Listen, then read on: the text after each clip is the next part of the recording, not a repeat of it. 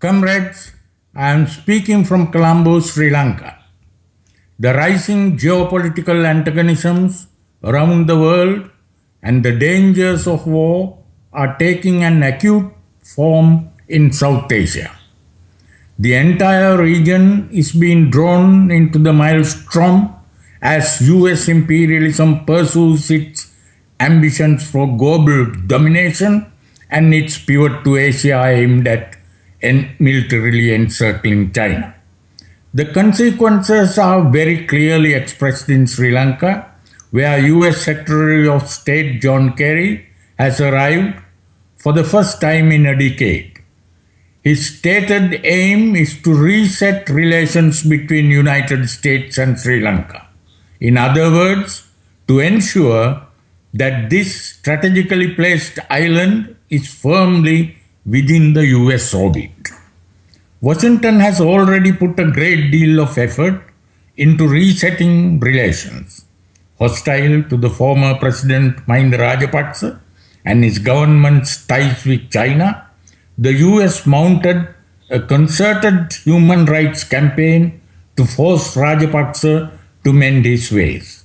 When that failed, Washington backed the push to replace him in the presidential election this January with Maithripala Sirisena.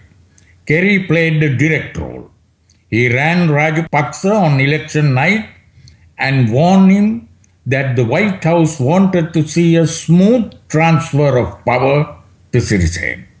Kerry's visit this weekend follows those of a string of top American military and diplomatic officials who have arrived in Colombo to hold talks with the new government over the past 3 months. Kerry's job is to ensure that Sirisena is fully in tune with Washington's interests and can be counted on any conflict with China. The regime change operation in Colombo is a warning of the utter ruthlessness of US imperialism. It is destabilizing the whole region with complete disregard for the consequences. Driven by the ever-worsening breakdown of global capitalism, the US is desperately seeking to offset its historic decline through diplomatic intrigues and provocations, and through military means. Central to Washington's scheme is South Asia, is its strategic partnership with India, which has deepened with the election of the Hindu supremacist Narendra Modi as Prime Minister. For years, Modi was banned from entering the United States because of his central role in the anti-Muslim pogroms in Gujarat. But now that Modi is such a willing accomplice of Washington, his human rights record is tossed aside and he is given royal treatment. The flurry of official exchanges speaks for itself. In just 1 year, Kerry and US Defense Secretary Chuck Hagel has been to New Delhi and Modi has visited Washington. In a first for a US president, Obama was honored guest at India's Republic Day celebrations in January. The close military collaboration is highlighted by the fact that the United States, not Russia, is now the biggest military supplier of India. Washington's backing is only encouraging the Indian ruling class to more aggressively throw its weight around. Modi is already taking a more provocative stance against Pakistan and China.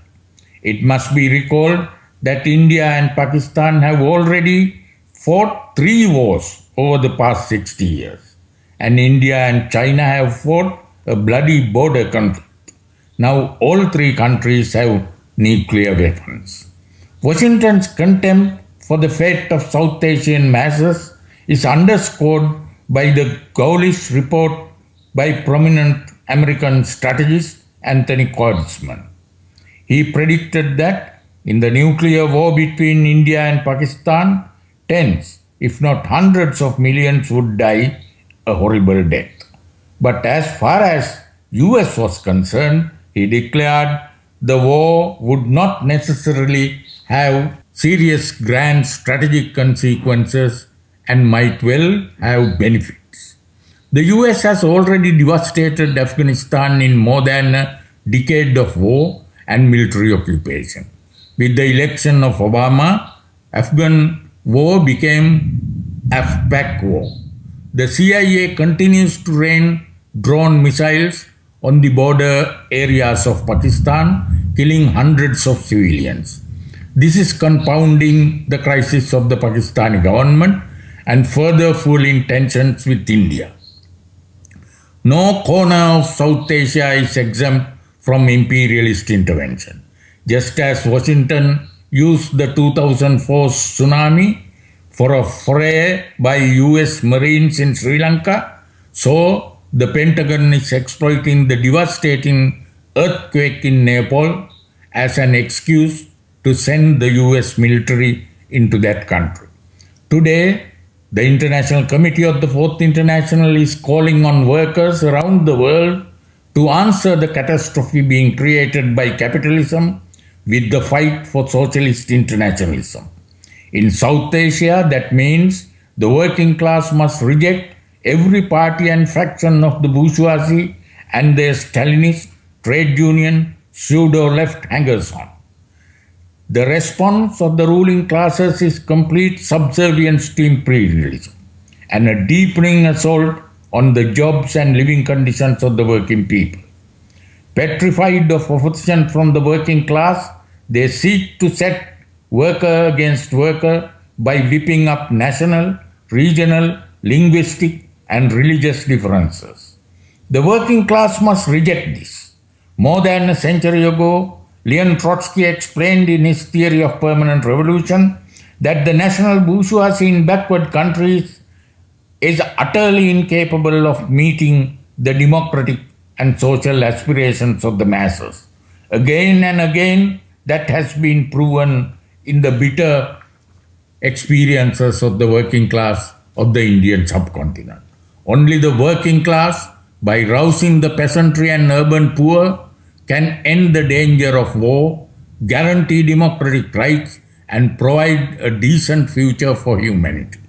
This is an international struggle in which the workers of South Asia, nearly 500 million in India, and tens of millions more in Pakistan, Bangladesh, and Sri Lanka must play their part.